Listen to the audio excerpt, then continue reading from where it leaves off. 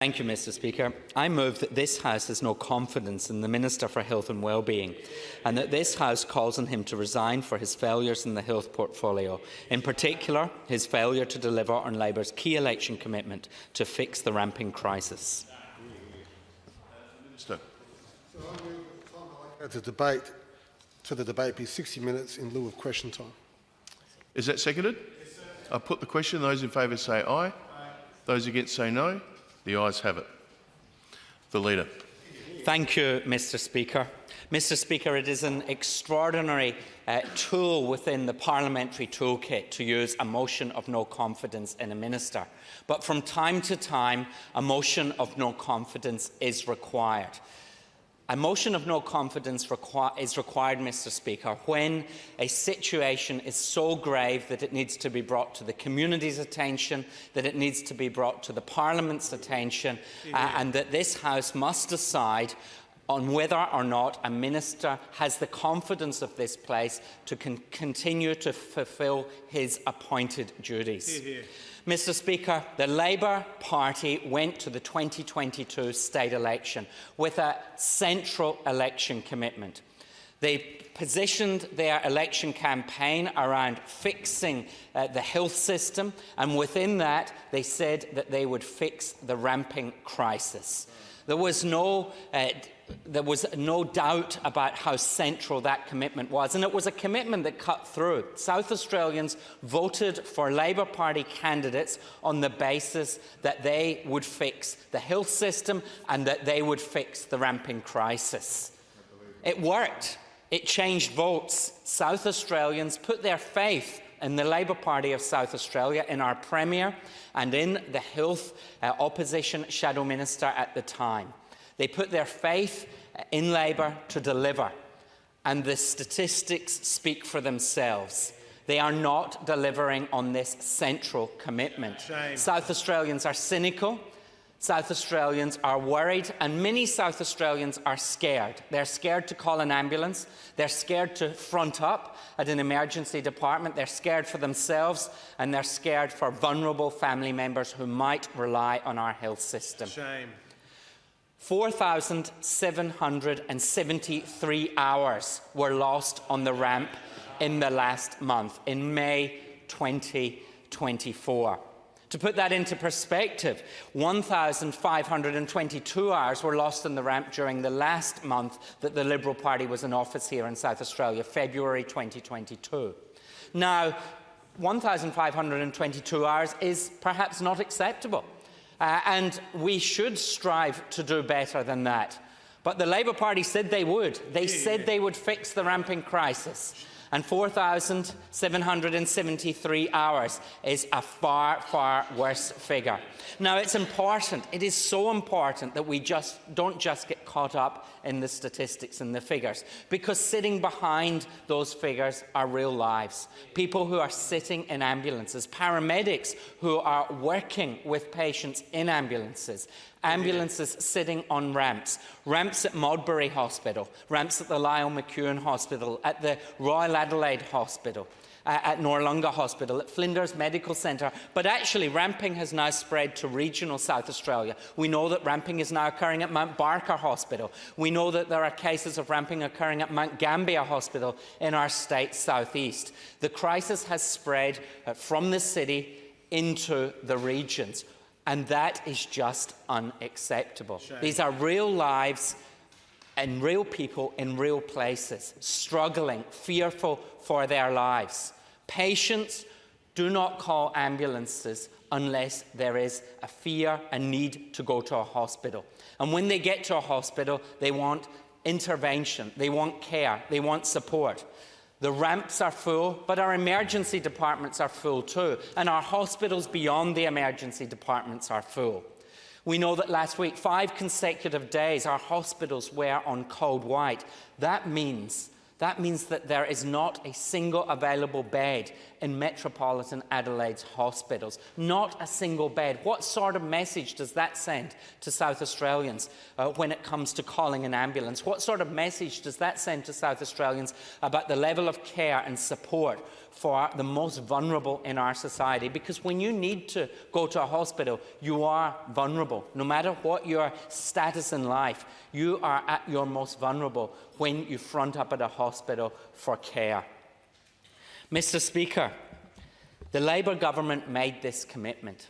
They made a commitment that they would fix the ramping crisis, but every one of their interventions to date has failed.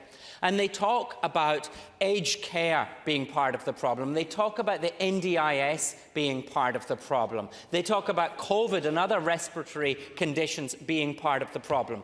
But all these problems were in place. They were part of what the Labour Party factored in when making their commitment in the lead up to the 2022 state election. If anything, the situation with COVID was far, far worse in 2022 than it is now, where it's much more normalised across our community, and dealing with it through vaccinations is a much more structured process. The Labour Party knew what they were committing to in 2022. The Labour Party knew that they were taking a significant election commitment to the South Australian people. And what they did not take, sitting behind that, was a range of solutions. They said they'd throw money at the problem, but they have not targeted that money to where it needs to go. The opposition does get asked from time to time, well, what would we do? And we made it very clear what we would do. We've outlined very significant areas where we believe there should be more expenditure and there should be more reform. One idea that we put on the table 4 weeks ago was to have a broader community-based access programme for our flu vaccinations. And the government rejected that. Now, there is a group of people in our community who get free flu vaccinations, and that is a good thing because they have got particular vulnerabilities. But we believe that that needs to be broadened, because the more people who get a flu vaccine, there is a direct correlation as to the number of people who will get the flu. We need a broader-based flu vaccination programme, and we need more community awareness of the availability of that programme, and we need more access initiatives to give people that vaccination. Because we know if that decision had been taken 4 weeks ago, there would be less people in our hospitals today suffering from influenza. That is just a fact, and that could reduce some of that pressure on our hospitals. So that's one idea that we put on the table, and that was rejected by the Labour government. They could still pick it up, though, and the Immunisation Coalition of Australia made it very clear yesterday, standing with me in a press conference, that this was still something that the Labour government could do. We have talked about mental health. Our mental health system is in crisis. Mental health patients are going to our emergency departments too often and in too great numbers. We need to reduce the numbers of mental health patients going to our emergency departments. We need to reduce the number of mental health patients being transported by ambulances. We need to find ways that they can be cared for in more sympathetic environments, gentler environments. Our mental health system is in absolute crisis. We've seen that result in some terrible actions of violence in our community, where people have lost their lives in the most catastrophic of ways. Mental health is a crisis in this state. It's something that we should work towards solving. And we know that there is $125 million of unmet need in terms of mental health provision in South Australia. That means mental health infrastructure in terms of the built environments to support mental health patients, but it also means mental health support workers, psychiatrists, psychologists, nurses. And the further you get from metropolitan Adelaide, the worse our mental health needs become. We have to have a sustained focus on mental health to take patients out of our hospitals and into better environments. That will help the ramping crisis. And I truly hope that the state government applies significant resources to mental health in the upcoming state budget next week. Regional health care is an area that is in very, very significant crisis. If we think our metropolitan hospitals are in trouble, you only need to look at towns like Port Pirie, Port Augusta, Whyalla, Mount Gambier, down to Kingscote, to Victor Harbour, where regional hospitals, particularly infrastructure, but also service personnel, are truly lacking what they should be. I was up in Port Pirie just a few days ago, and we were told about the crisis that hospital's in.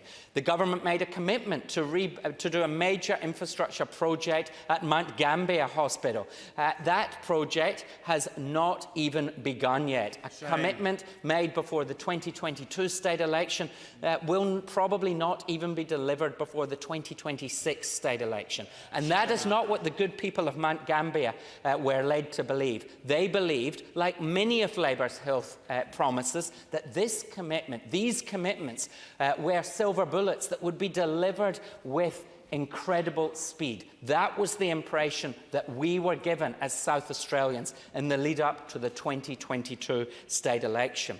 We also believe that we need to have a sustained focus in building up the role of the general practitioner. Hear, hear. The general practitioner is a key role within our hospital system.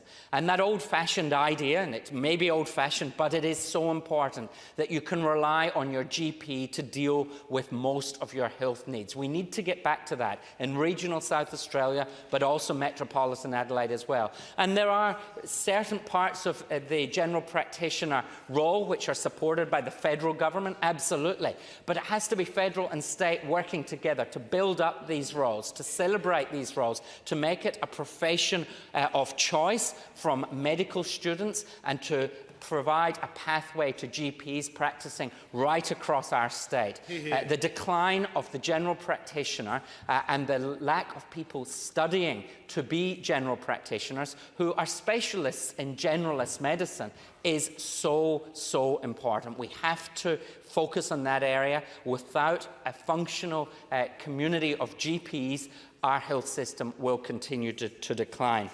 Mr. Speaker, it appears to the opposition, and more importantly, it appears to the South Australian community, that this government just does not have a handle on the health system. There are many challenges when managing a modern-day health system. There is absolutely no doubt about that. Those challenges are varied and many, but very few of them are surprising. The arrival of winter is not surprising. The number of hospital beds that are available, the size of the workforce, we know all of these things. By and large, the government knows what it's dealing with. You can do modelling around the number of patients likely to enter our hospital system. So why is the government not prepared for these things? Mr. Speaker, I am not going to focus in personally on the Health Minister. While this motion of no confidence is framed around an individual, because that is the process of our Parliament, it is broader than one person. It was the Labour Party, it was the Premier, it was the Shadow Cabinet who went to the 2022 state election with this lofty election commitment. We will fix the ramping crisis. Vote Labour like your life depends on it. We heard Ash the Amble out there, the creation of a political caricature around one person, making this commitment, this goal to action. Vote Labour like your life depends on it. Well, South Australians' lives do depend on a functional health system. They depend on a government and a minister who have their act together and can deliver for South Australians. I think of Eddie from Hectorville. His life depended on an ambulance turning up for him, and he waited 10 hours, and by the time it turned up, Eddie was dead. There are many other stories similar to Eddie's out there in our community. People who have waited too long for ambulances, people who have sat on the ramp for too long. An ambulance service, a community of paramedics whose morale is rock bottom, who believed that this would be fixed, who see new ambulance stations, and again, we welcome those, but don't see better outcomes in terms of their ability to do their job that they signed up for. So today we stand with South Australians. We stand with our health workforce, our doctors, our nurses, the many personnel who work in hospitals. We stand with our paramedics who feel utterly let down by the government and their employee association today. Mr. Speaker, this is a government that is failing our health system, but it's failing the South Australian people. And the problem is bigger than just the Minister for Health. We highlight the Minister's role today, and we seek the Parliament's position of no confidence in the Minister. But it is broader than that. This is a government that has let South Australia down. It is a government that has delivered record ramping. It is a government that has seen our emergency departments clogged to capacity. It is a government which has seen elective surgery cancelled and chronic pain conditions pushed into the future as people have to wait on an unknown date to get that necessary operation that they had their heart set on achieving by this week. Shame. Mr. Speaker, ramping is out of control. 4,773 hours in May 2024. That is the headline statistic. But let's remember there are real people sitting behind those 4,773 hours. People who live in communities around this state. People who live in Golden Grove, Banksia Park, St Mary's, Happy Valley, Brighton. People who live in Prospect, people who live in Port Pirie, Port Augusta, Mount Gambier, Narracourt, people who live in Shido Park and Hallett Cove, people who live all across this state. And it is those people who are suffering at the hands of this government's failure. Shame.